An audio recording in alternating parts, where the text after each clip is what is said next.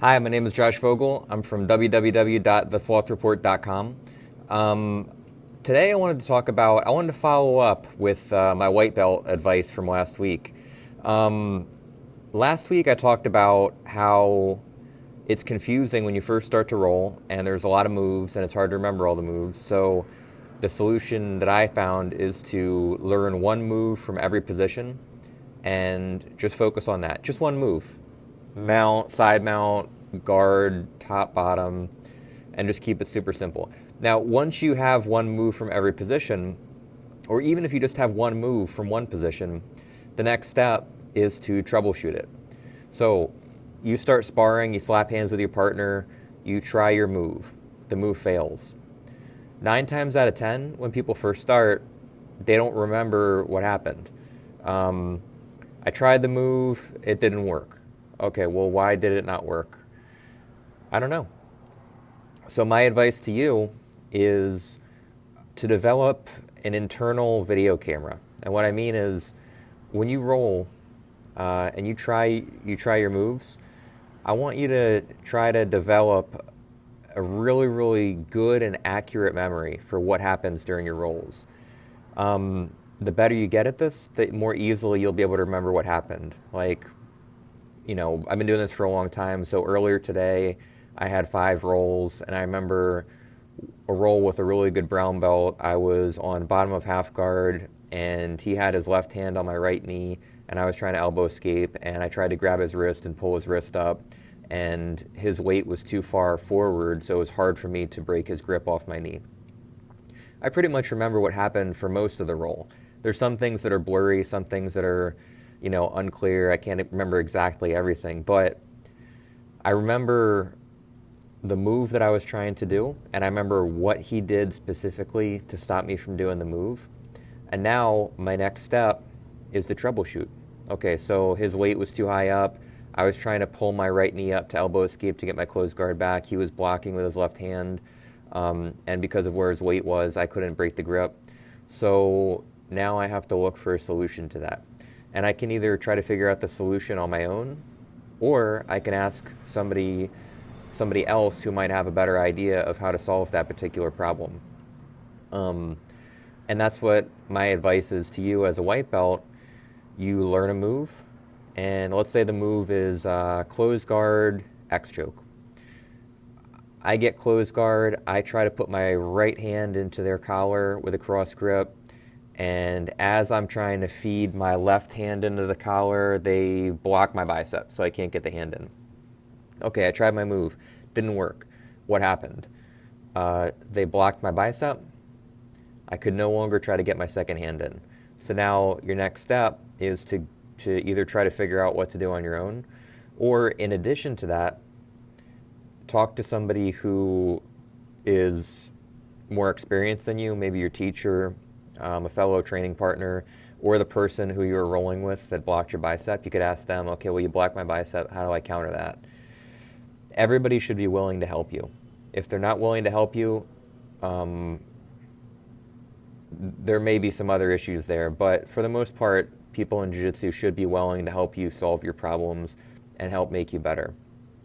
So troubleshoot what went wrong, and now the next step, after you troubleshoot, you try to find an answer to your problem, and then you go back to the drawing board and you try it again in sparring. This time I get my right hand in the collar, I'm trying to do my X choke, they block my bicep, and I circle my arm underneath, and I sneak my hand in the collar. Now I have the grips that I need. I'm squeezing, I'm turning my wrists, but for some reason they're not choking. Okay, what did they do to stop me from choking them? Maybe they put their hands on my elbows to prevent me from pulling my elbows down to finish the choke. Or maybe they went over my arm and put their arm in my collar and stiff-armed so that I could not pull their body down to me. So now what I have to do is I have to take that, okay, I know exactly what they did to stop me from doing that, and now I got to take my X choke and troubleshoot that again. Okay, new problem. Now the bicep block is not a problem anymore. I put a Band-Aid on that one. I put some duct tape on it. And now I can get both hands in the collar, but when I get both hands in the collar, They stop it by pushing on my elbows or framing on my neck and posturing up. Okay, these are 2 problems. Go to your teacher, go to your training partners, try to find good answers for these problems. Put some duct tape on the move, put some chewing gum on it, glue it back together, and then try it again in training. Part 3. I get my hands in the collar, my grips are good, their head is close to my chest, I'm squeezing, squeezing, squeezing, and for some reason, okay, so do you choke them? Yes or no? Yes? Sweet. No? Okay, what's the problem? I'm squeezing, squeezing, squeezing, they're not choking, oh, their chin's tucked to their chest and I can't get underneath their chin. Okay, so this is a new problem, and then the process goes on and on and on and on and on. One of the biggest problems that I see is people they learn a move, they try the move doesn't work, and they give up. And they say, okay, well, this move sucks, I'm gonna learn another move because that move didn't work. And they try another move and that move didn't work, and then, so the problem is that you have to give each move a fair shake. You gotta take your time and you have to develop it, you have to develop the timing for it, the reflexes, you have to develop technical precision, putting your hands in the perfect spot for the X choke.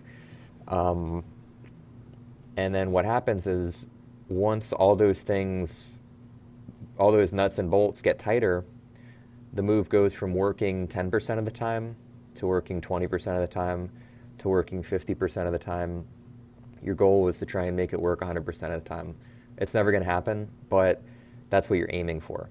And with a move that you're good at, you can make it work 80, 90% of the time in some cases, depending on the move and who you train with. So, so my advice, don't give up on the moves prematurely. Give it like a month or 2 months. And if you don't see any improvement using this method with your techniques in a month or 2 months, then maybe you need to do different techniques, or maybe you need to give it more time, or maybe you need to seek outside of your circle of training partners and teachers and stuff for maybe different answers to the problems that you're coming up with.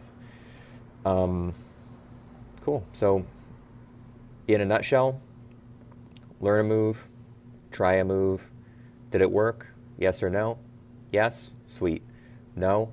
What happened? Remember what happened. Develop that internal video camera so that later on you can say, I tried the move, it didn't work, they blocked my biceps so I couldn't get my hand in the collar, therefore I could not finish the X choke. Duct tape the move, fix that problem, move on, try it again. Did the move work? Yes or no? Yes? Sweet. No? Duct tape, troubleshoot the move, get advice, look at different sources to get advice, try those different answers to the problem, take that, test it again, roll. Did the move work? Yes or no? Yes? Sweet. No? You guys get where I'm going with this. So that's my advice for this week for white belts, and this is something that I use as a black belt too. This is how to think in jiu-jitsu, how to troubleshoot. So this is the same method that I used when earlier today I was rolling with that really good brown belt and I tried to elbow escape from half guard and he blocked my knee. Today I'm going to spend some time thinking, okay, this is the problem, he did this, I need an answer for it, I'll try this answer, I'll try that answer. Next time I roll with him, I'm going to see how that works. If I get closer to elbow escaping back to my closed guard, if it doesn't work, then I try and figure out what the problem is again and go from there. I'm going to try and do these every Wednesday, and I'm going to try and post them sometime in the afternoon, Eastern EDT, Eastern Philadelphia time, whatever, you know, I'm on the East Coast, so usually somewhere between 2 to 6 p.m. I'm going to try and post them on Wednesdays. So I will see you guys next Wednesday. The focus again is going to be on another white belt tip. Thank you very much. Bye.